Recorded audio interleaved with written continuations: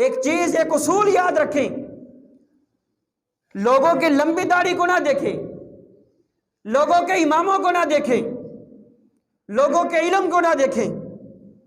کوئی بھی بندہ آپ کو کسی بھی نبی کے خلاف، کسی کے صحابی کے خلاف کرے، اس بندے سے لا تعلق ہو جائے۔ یہ ایک اصول یاد رکھیں، ایک معیار یاد رکھیں۔ اگر صحابہ کرام ہی صحیح نہیں تھے، مجھے بتائیں، تو یہ تو قرآن بھی محفوظ نہیں ہے۔ پھر قرآن ہے، ہم نے نبی علیہ السلام سے سنا ہے کسی بندے نے کہ نبی علیہ السلام سے ہم نے ڈائریکٹ سنا ہو کہ یہ قرآن ہے؟ کوئی حدیث سنی ہے ہم نے؟ قرآن ہمارے سامنے موجود ہے، یہ صحابہ کرام کی کوششوں سے ہمارے سامنے موجود ہے، حدیثیں ہمارے سامنے موجود ہیں، صحابہ کرام کی کوششوں سے ہمارے سامنے موجود ہے۔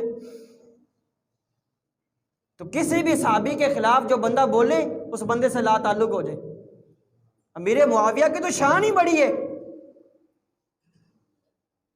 مخصوص تاریخوں کو مد نظر رکھنا ہوتا ہے، مخصوص مہینوں کو مد نظر رکھنا ہوتا ہے، شخصیات کے وصال اور ولادت کو مد نظر رکھنا ہوتا ہے، حالات حاضرہ پر گفتگو کو مد نظر رکھنا ہوتا ہے، موجودہ فتنوں کے تعاقب کے لیے، ان کو ہائی لائٹ کرنے کے لیے، لوگوں کے ایمان کو بچانے کے لیے ہمیں انٹرنیشنل معاملات پر نظر رکھنی پڑتی ہے۔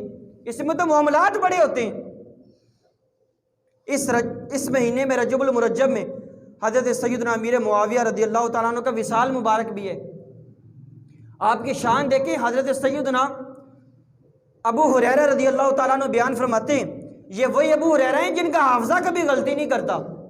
صحابہ کرام میں سب سے زیادہ حدیثوں کو بیان کرنے والے ابو ہریرہ ہیں۔ حضرت سیدنا ابو ہریرہ بیان کرتے ہیں کہ مکہ شریف میں نا حضرت سیدنا امیر معاویہ کی والدہ، امیر معاویہ بھی چھوٹے تھے، ایک دفعہ آپ کو کھلا رہی تھی، کھیلنا جس کو کہتے ہیں، بچہ کھیل رہا ہے، دور سے ایک بزرگ گزرا جو کافی سمجھدار معلوم ہوتا تھا، پتہ نہیں کون تھا۔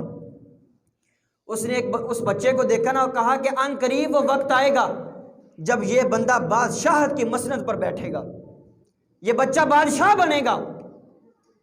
حضرت سیدنا ابو ہریرہ کہتے ہیں کہ میں نے اس بابے کی بات کو سنا، بزرگ کی بات کو سنا، تو وہ کہہ رہے ہیں کہ بچہ ان قریب بادشاہ بنے گا۔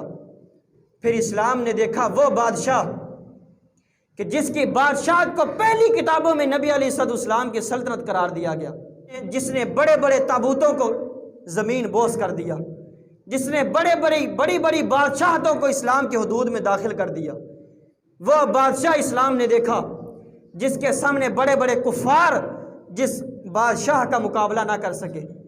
پھر وہ بادشاہ دیکھا کہ 24 لاکھ مربع میل پر حکومت کرنے والا فاروق اعظم، جس نے اس کی بادشاہت کو بھی کئی ہزاروں میل پر وسیع کر دیا۔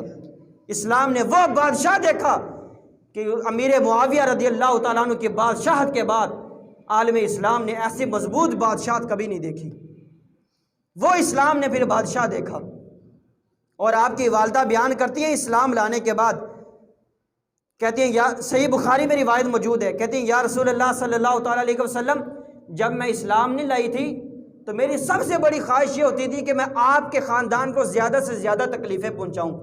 جب اللہ نے مجھے اسلام کی دولت سے مالا مال فرما دیا ہے، اللہ کی قسم ہے کائنات میں مجھے آپ سے زیادہ محبوب کوئی ہو ہی نہیں سکتا۔ یعنی میرے دل میں سب سے زیادہ جو محبت موجود ہے وہ نبی علیہ السلام کی اور نبی علیہ السلام کے گھر والوں کی موجود ہے۔ اور امیر معاویہ کی تو شان ہی بڑی ہے۔ آپ کی ایک بہن ام حبیبہ رضی اللہ تعالیٰ عنہ، وہ ام المومنین ہیں، نبی علیہ السلام کی بیوی ہیں۔ تو امیر معاویہ رضی اللہ تعالیٰ عنہ یہ تمام مومنوں کے ماموں جو لگتے ہیں اسلام کے رشتے میں، ان کی تو خدمتیں ہی بڑی ہیں، ان کی تو شانیں ہی بڑی ہیں، ان کا تو مقام ہی بڑا ہے۔ اس لیے حضرت سیدنا علی المرتضیٰ فرماتے تھے کہ میرے اور امیر معاویہ کے درمیان جو اختلافات ہوئے، ہماری جو جنگ ہوئی، ہمارے جو شہید ہوئے وہ بھی جنتی ہیں، جو امیر معاویہ کے ساتھی شہید ہوئے وہ ساتھی بھی جنتی ہیں۔ یعنی اختلافات کو ذاتی رنجش کی بنا پر تو تھے نہیں، ایک اجتہادی مسئلے پر اختلاف ہوا تو وہ معاملہ بڑھ گیا۔ ہر صحابی کی عزت، احترام، پیار، محبت اپنے دلوں میں محفوظ رکھیں۔ ہر ایسا بندہ جو کسی بھی صحابی کے خلاف بولے، شروع سے لے کر آخر تک اس بندے سے لا تعلق ہو جائیں۔ یہ بندہ دنیا اور آخرت میں آپ کے ایمان کو برباد کر دے گا۔ ایک اصول، ایک معیار، ایک پیمانہ جو آپ کو دے دیا ہے، اسی اصول، اسی معیار پر پابند رہیں گے، دنیا اور آخرت میں آپ سرخرو ہو جائیں گے، ورنہ یہ معاملہ اسلام کے لیے، اسلام کی سرحدوں کے لیے تباہ کن ثابت ہو سکتا ہے۔ اللہ رب العزت صحیح معنوں میں اسلام کے عقائد سمجھنے کی، اس پر عمل کرنے کی توفیق عطا فرمائے۔ آمین بجاہ النبی الامین۔